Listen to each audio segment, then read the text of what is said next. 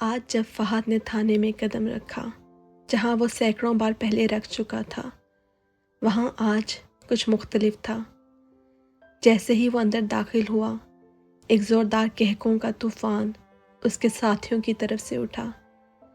आइए आइए इंस्पेक्टर कुरैशी, हमसे राज छुपा रहे थे? हाँ, वाह, हमें लगा ही नहीं था। आपके अंदर तो ये सब कुछ है। ये सब फहद के अंदर बेचैनी पैदा करने लगा। आवाज़ें एक दूसरे में घुलने लगी, तंजिया मुस्कुराहटें, चुभते हुए जुमले। एक फ़ाइल ज़ोर से उसके सामने मेज़ पर पटकी गई। रज़ा ने हंसते हुए फ़ाइल उसकी तरफ सरकाई। ज़रा ये देखो। फहद ने लरजते हाथों से उसे खोला। उसका खून मुंजमद होने लगा। उसकी और ज़ोया की तस्वीरें, वो दोनों अपार्टमेंट के बाहर। ज़ोया का वजूद फहद से लिपटा हुआ, उसकी उंगलियां ज़ोया के बालों में उलझी हुई। दोनों के चेहरों पर एक बेकाबू ख्वाहिश की परछाई फहद को अपने जिस्म में एक तेज़ गर्मी से दौड़ती हुई महसूस हुई। तुम्हें इस किस्म की पसंद है? हमें पता नहीं था, रज़ा ने हंसते हुए कहा। ज़ुबान संभाल कर बात करो।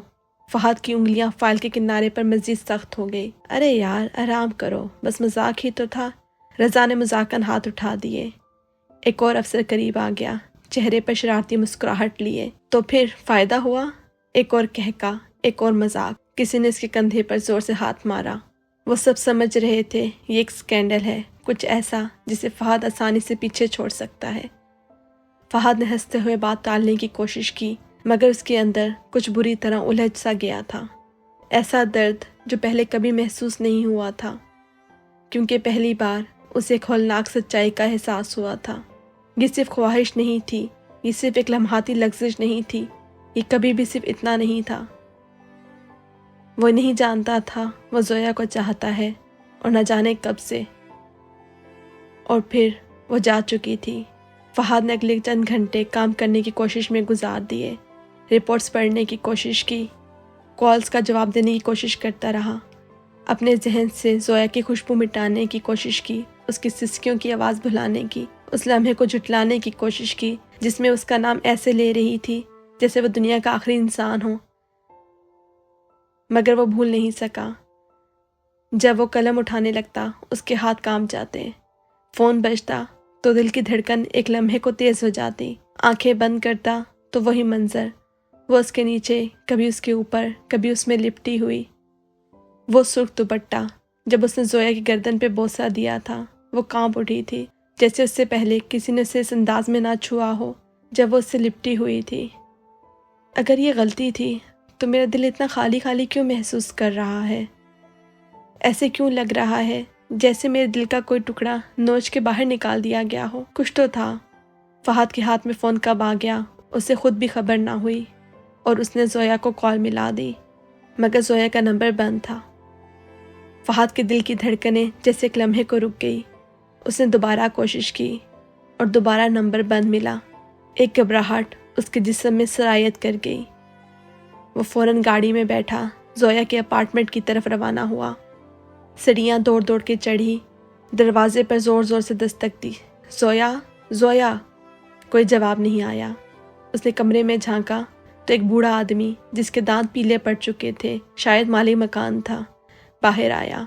इंस्पेक्टर साहब, आप यहाँ क्या कर रहे हैं? ज़ोया कहाँ है? फहद की आवाज़ में सख्ती थी। बूढ़ा थोड़ा हिचकिचाया। चली गई। चली गई? क्या मतलब है तुम्हारा? फहद का दिल जैसे डूबने लगा। 2 आदमी आए थे कल रात, कह रहे थे कहीं जाना है शहर से बाहर, लेकिन ज़ोया ने कुछ बताया नहीं। वो डरी हुई लग रही थी। बूढ़े ने दाढ़ी खिंचाते हुए कहा। फहद की नज़रें धुंधलाने लगी। दुनिया जैसे एकदम धुंध में लिपट गई हो। डरी हुई? ज़ोया तो कभी किसी से नहीं डरती थी। फहद को कुछ गड़बड़ लगी। ये कुछ और था, ख़तरनाक। और तभी फहद का फ़ोन बजा। एक ब्लॉक्ड नंबर। वो कहाँ है? फहद ने फ़ौरन कॉल उठाई। दूसरी तरफ से एक मध्यम सी हंसी आई। अभी तक आप इंस्पेक्टर साहब उस खिलौने को ढूंढ रहे हैं? अगर तुमने उसे हाथ भी लगाया तो? फहद की गिरफ्त मोबाइल पे मज़ीद सख्त हो गई। तुम्हें ये सब कुछ छोड़ देना चाहिए। आवाज़ में तंज़ी अंदाज था। वो तुम्हारे करियर के काबिल नहीं, तुम्हारे जान के भी नहीं। पीछे से एक दबी सी आवाज़ सुनाई दी, एक मध्यम सिसकी। ज़ोया। फहद का सीना जकड़ गया। اس کا خون جیسے برف بن گیا ہو۔ اگر تم نے اسے تکلیف دی تو میں تمہیں مار ڈالوں گا، دوسری طرف سے کہکا گونجا۔ تم کچھ نہیں کرو گے، چپ چاپ بیٹھو گے ایک فرمانبردار کتے کی طرح، اور بھول جاؤ گے کہ وہ کبھی تمہیں ملی تھی۔ جب فہد نے اسے دیکھا، کرسی سے بندھے ہوئے، ہونٹوں پر خون، اس کے اندر کچھ ٹوٹ گیا۔ پہلا آدمی گولی لگنے سے زمین پر گرا، دوسرے کو چیخنے کا موقع بھی نہ مل پایا، اور پھر وہ سامنے آیا، وہی جو کال پر تھا، چہرے پر مکروہ سی مسکراہٹ اور زویا کی کن پٹی پہ بندوق رکھے ہوئے۔ فہد کے ہاتھ نہیں کانپے، اس نے بندوق اٹھائی اور سیدھا اس کے سر کا نشانہ لیا۔ اسے چھوڑ دو، تمہیں لگتا ہے کہ یہ تمہارے قابل ہے؟ وہ آدمی ہنسا۔ فہد کا چہرہ مزید سخت ہو گیا۔ میں اس کے لیے شہر جلا کر راکھ کر دوں گا۔ زویا کی ہلکی سی سانس ابھری، چاقو اس آدمی کی ران میں گہرائی تک پیوست ہو گیا۔ وہ چیخا، فہد نے گولی چلائی اور اس کا جسم زمین پر گر گیا، اور پھر خاموشی، بس ان کی ٹوٹی پھوٹی سانسوں کی آوازیں۔ زویا خون میں لت پت، زخمی مگر زندہ، وہ فہد کے بازوؤں میں گر گئی۔ فہد نے اسے تھام لیا۔ اس کا جسم نڈھال تھا، لیکن آنکھیں، ان میں وہی شعلہ تھا جو پہلی بار فہد کو اس کے قریب کھینچ لایا تھا۔ تمہیں تو یہ بھی نہیں پتا تھا کہ تم اس سے محبت کرتے ہو۔ سانسوں میں درد جھلک رہا تھا۔ فہد کا سینہ کس گیا، دل کی دھڑکنیں تیز ہو گئی۔ جس نے خود کو یہ یقین دلانے کی کوشش کی کہ اسے جسمانی کشش ہے، ایک لمحہ، ایک کمزوری، لیکن زویا اس کے لیے صرف ایک جسمانی خواہش نہیں تھی۔ اور اب جب اس کی باہوں میں زخمی، لرزتی ہوئی، لپٹی ہوئی تھی، جیسے وہی اس کی زندگی کا آخری سہارا ہو، فہد جان چکا تھا۔ اس کی انگلیاں زویا کے بالوں میں پیوست ہو گئی، جیسے کہ ڈر رہا ہو، جیسے کہ یہ لمحہ پھر سے گم نہ ہو جائے۔ سانسیں بے ربط، لب اس کے لبوں کے قریب، اور سرد رات کی فضا میں ان کی سانسیں ٹکرا رہی تھی۔ پھر فہد نے اسے چوم لیا، شدت سے، بے رحم، بے تاب، مکمل دعوے کے ساتھ۔ یہ صرف بوسہ نہیں تھا، یہ ایک اقرار تھا۔ زویا کی سانسیں تیز ہونے لگی، جسم اس کے اندر سمٹ گیا، انگلیاں اس کی پشت میں دھس گئی، کھینچتی ہوئی، تھامتی ہوئی۔ فہد کی کراہ اس کے لبوں میں دب گئی، گرفت سخت ہو گئی، بھوک سی، وحشت سی، جیسے وہ اسے مکمل طور پر محسوس کرنا چاہتا ہو۔ کوئی ہچکچاہٹ نہیں تھی، کوئی خوف نہیں تھا، صرف وہ آگ جو ان دونوں کے درمیان بھڑک رہی تھی۔ فہد نے تھوڑے پیچھے ہو کر زویا کی طرف دیکھا، محبت اور بغاوت کا خطرناک امتزاج۔ اب میں جان گیا ہوں، فہد نے بمشکل کہا، آواز میں خراش، دل میں سجائی۔ زویا کی سانسیں لرزی اور اس کی انگلیاں فہد کی قمیض میں مٹھی کی طرح جکڑ گئی۔ تو پھر مجھے اب کبھی مت چھوڑنا۔ فہد نے سر ہلا دیا، کبھی نہیں۔ اور پھر اس نے اسے دوبارہ چوم لیا۔ تم نے بھی محسوس کیا تھا نا؟ زویا نے بمشکل کہا، آواز کمزور تھی مگر اس میں سچ کی آگ تھی۔ فہد کی سانسیں رک گئی۔ زویا کی انگلیاں فہد کے چہرے پر پھسلنے لگی، اس کے چہرے کی سختی کو محسوس کرتے ہوئے۔ نگاہیں اس کی آنکھوں میں جھانک رہی تھی۔ فہد کا دل جیسے مچل اٹھا، کیونکہ وہ سچ کہہ رہی تھی۔